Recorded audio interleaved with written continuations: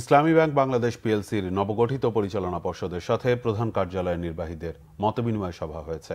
মঙ্গলবার ইসলামী ব্যাংক টাওয়ারে এর আয়োজন করা হয়। এতে প্রধান অতিথি হিসেবে বক্তব্য দেন ব্যাংকের চেয়ারম্যান মোহাম্মদ ওবায়দুল্লাহ আল মাসুদ।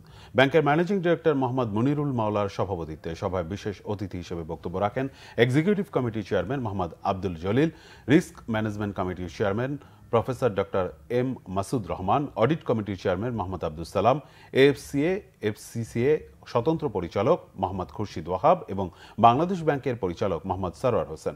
এ সময় স্বাগত বক্তব্য দেন additional managing director Mohammad Altaf Hossain.